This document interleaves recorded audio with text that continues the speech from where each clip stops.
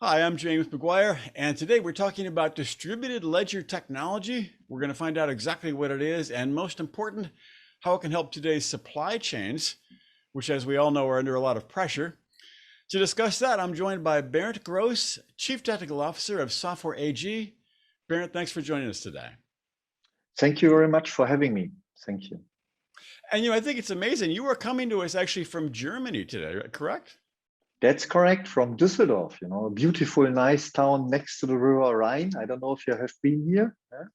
I've been to Germany quite a bit. I have not been to Dusseldorf, but I do think it's amazing. We're basically on the other side of the globe since I'm in the San Francisco Bay Area, and we're talking in real time about 15,000 miles away or whatever it would be. It's almost like the future is here, Bernd. I mean, do you feel the future is here? Or are we still waiting for the future? No, I think we actually did a good step towards the future. How easy it is. Voice quality works very well. So I really like it. Yeah, Mhm. it's good. So obviously, you're the CTO of Software AG. Software AG is a huge company, very well established, not as well known in America. Please give us a little background on what does Software AG do? So Software AG is over 50 years old software vendor. Actually, one of the first software companies on this planet. That's why we Wow. have the name Software AG, really, because our founder actually innovated. He thought there will be a difference between hardware and software going forward, right? And Mhm. that's how we emerged as a company. And he was quite right if you consider his ambition. What happened then to the industry as such. So Hmm. what we started in the 50 years, more than 50 years ago from mainframe. Today we are a digital pioneer. We see ourselves as a software pioneer helping enterprises to become truly connected. Our market vision, our view is that the world is going to be a connected world, a truly connected world. That Mhm. means that the physical world and the IT, enterprise IT applications, they need to come together. And that's what we are doing. We are sort of a middleware. You could call us a middleware software player who helps actually companies to make sense out of the data, to connect, overcome data silos, connect data between the physical world, IoT world, so to speak, with our IoT product offering Cumulosity, Mhm. the IT world in the enterprise IT with our product offering Web Methods, and then the cloud world where we have hybrid integration technologies. And this triangle of data sources is something we are experts in, overcoming silos and really streaming data and offering data analysis and actionable insights and that new requirements. Interesting. Okay. Well, certainly silos are one of those things that hold us back in a big way. Let's talk about distributed ledger technology. I think of it as a form of blockchain. So it's a distributed ledger system, among other things. But I think of DLT and or blockchain is on the way. It's an emerging technology. It's really not quite mainstream. What is distributed ledger technology and what is its marketplace right now? Yeah. So DLT or distributed ledger technology is in its infancy. So we are just starting to see first pilots, proof of concepts, really very, very first commercial deployments. But let me give you a broader view at it. So DLT basically is actually the overarching technology of distributed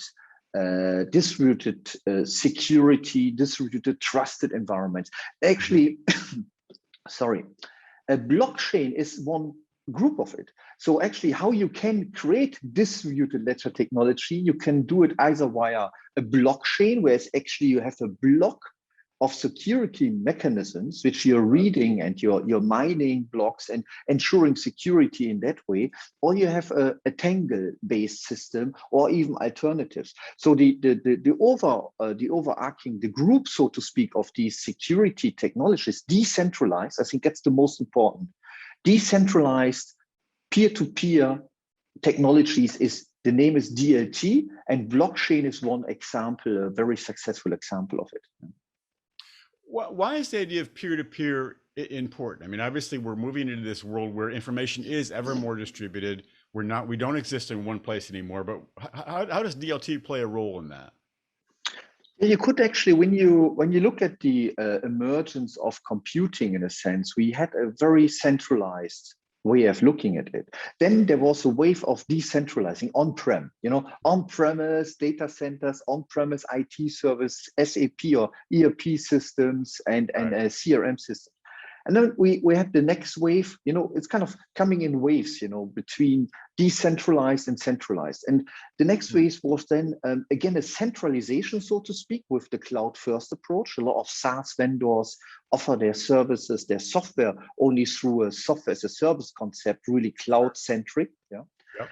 And it has there are a lot of benefits to it, but what we then saw emerging in recent years was again something like hybrid cloud. So the combination of cloud and, let's say, on-prem or edge technology. I think in our terminology, when we talk about hybrid, we're talking about cloud and edge as a Hmm. combination. So we Okay. are ensuring with that use cases that you can actually reduce the amount of data you need to transfer, or reduce the latency in a factory shop floor example, in industrial Internet of Things cases, where you Right. have to have reliability regardless of your cloud connectivity, and you have to have very small latency for your analytics. So edge has become a very important part of the business. So now if you think it to the next step, what is now emerging is actually, and that's due to the processor costs we see based on very small footprint embedded devices. Hmm. They are becoming more and more powerful and more affordable. So that Hmm. means actually that we see a push towards network setups, peer-to-peer networks, where you actually run direct communication between the peers on access networks, and Right. not anymore towards the central side, towards the cloud. So this emergence of peer-to-peer, or some call it swarm technologies, is Hmm. a mega trend. And this mega trend, is enabled because security plays a very important role in this. Is enabled through the DLT technology. Yeah, really interesting the way you talk about hybrid cloud and edge computing, and so much of the processing is done at the edge. I mean, I think there was original thought that, oh, we're going to send the data back to the headquarters to process it, but a lot of the processing is done at the edge these days. Maybe a hard question to answer, but do you have a sense of how much of the processing is done out there at the edge versus what's sent back home? Can that question be answered? Well, it's a tough one, but I would say that we have the reason what I have saw that we expect about 50 to 60% of the current processing be done at the centralized sites because of Hmm. the hyperscalers. Think Right. about AWS and Azure; they're growing still like 35% on a yearly basis. So they're still Amazing. in the hyper growth. Right. If you think at Amazon, I think they have a quarter with, for AWS, a quarter of 40 billion revenues, but still growing one third.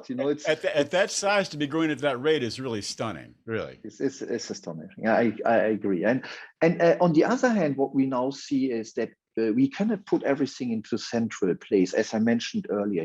Latency, data aggregation, because there's also a cost related to transporting, transmitting data from the edge towards the cloud. There's also quite a heavy cost, especially if you think about remote cases.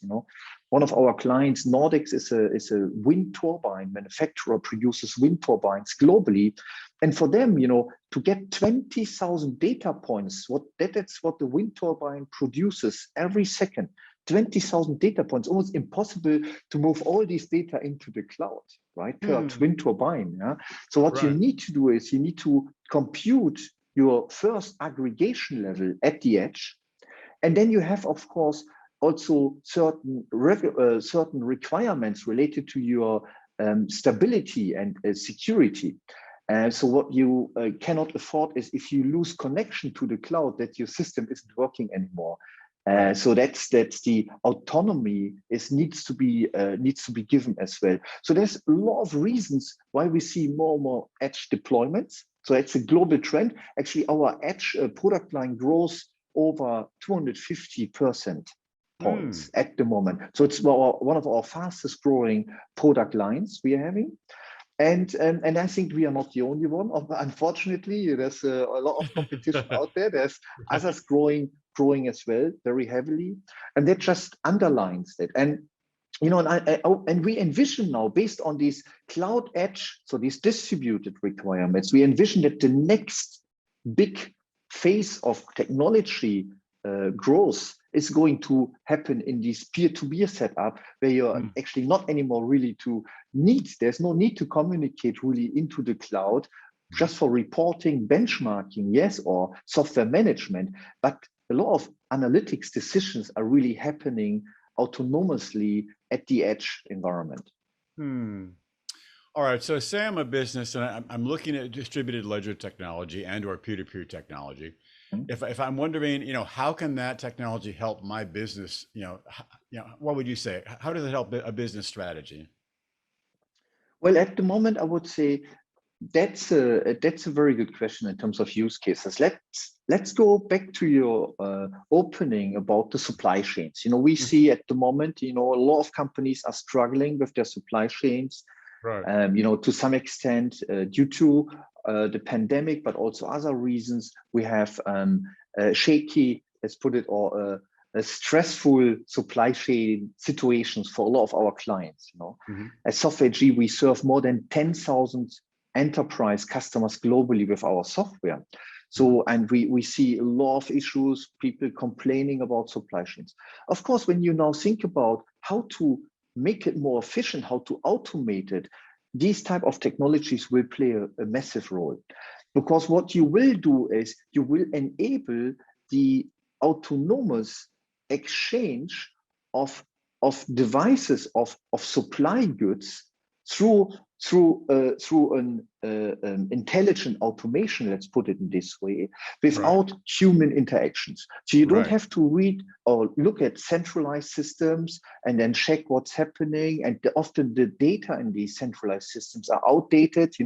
If you speak to ERP operators, they tell you they have if they're good, they talk about 2, 3, 4 days old data they can access and compute and analyze.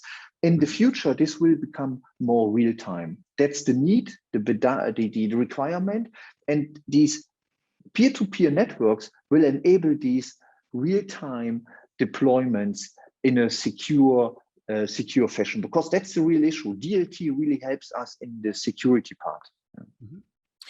It's fascinating to think about, there is this autonomous network out there. It's a peer-to-peer network, and those devices are doing more and more of the number crunching, data crunching out there at the edge. They're also, as you mentioned, they're autonomous. They've got intelligence. They've got artificial intelligence. So they're actually going to get smarter and smarter. They're going to do more and more of the work out there without much intervention from us. At some point, we might begin to wonder what's going on out there. I mean, they might even have really an independence out there in the network. We're not even sure what's going on.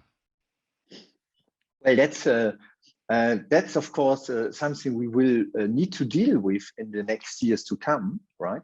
And that's why I think these autonomous peer-to-peer networks will not run independently without a centralized cloud, which is monitoring, managing, collecting data for reports, analyzing. But I guess the point here is that if you manage a supply chain, one of our clients, DHL, supports a lot of customers globally managing their supply chains. What they really want to do is they want to react almost instantly towards an issue in their logistics.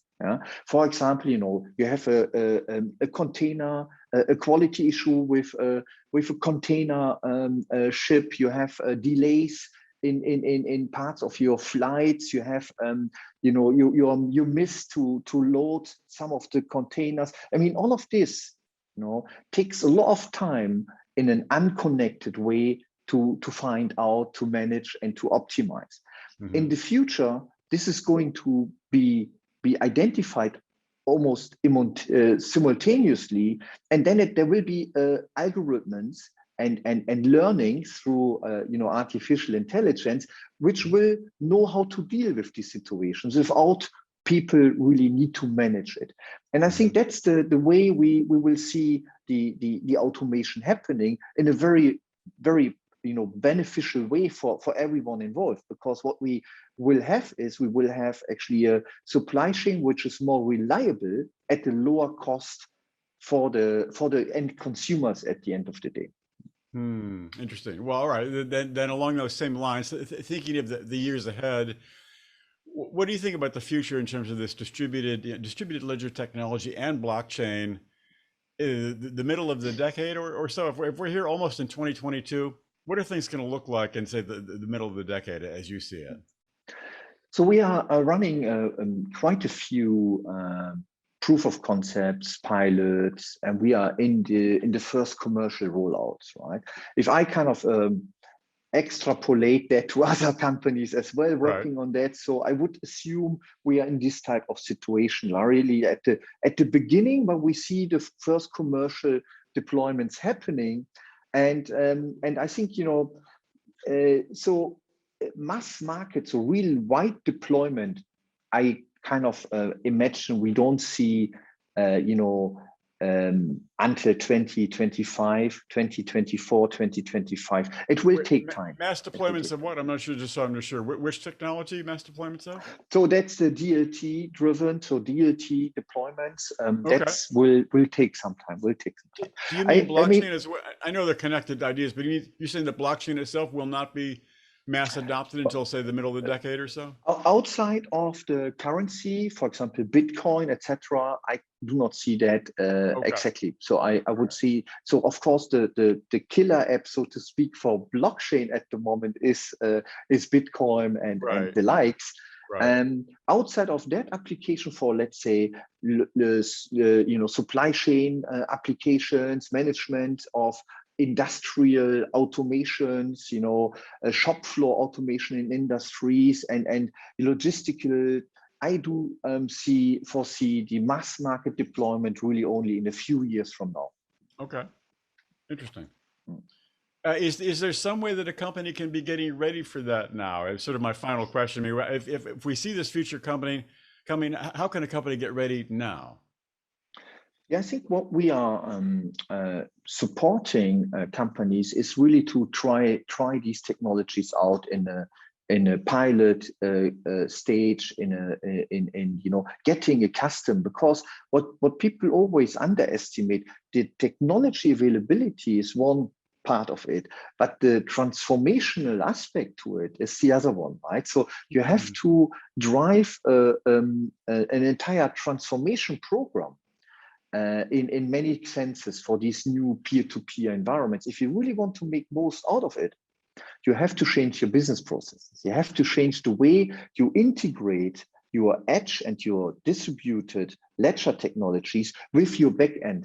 Billing, accounting. You need to be sure it's reliable, because you want to automate very critical part of your business, right? So the invoicing, the billing, the supply chain optimization. So it's really mission critical.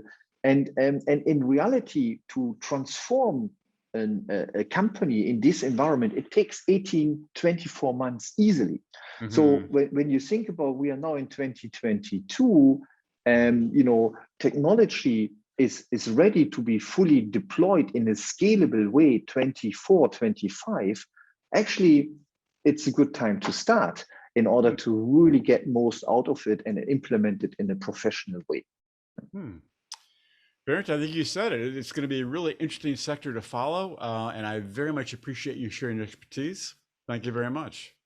Thank you very much for having me. Thank you.